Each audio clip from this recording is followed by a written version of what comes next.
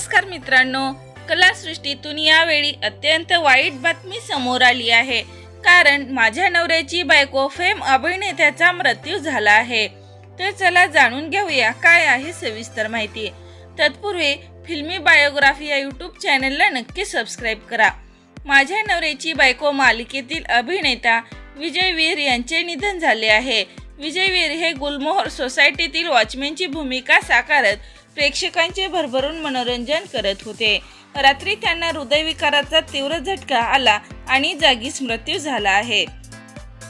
तसेच त्यांनी नवरा आणि माधव अशा काही मराठी हिंदी सिनेमात देखील काम केले होते। अशा या सुप्रसिद्ध अभिनेत्यावर काळाने घाला घातला आणि जेवण करून झोपल्यानंतर स्वतःच्या घरी हृदयविकाराचा तीव्र झटका आला।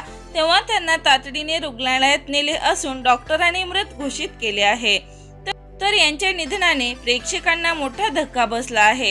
तर मित्रांनो, आपल्या चॅनल कडून विजय वीर यांना भावपूर्ण श्रद्धांजली।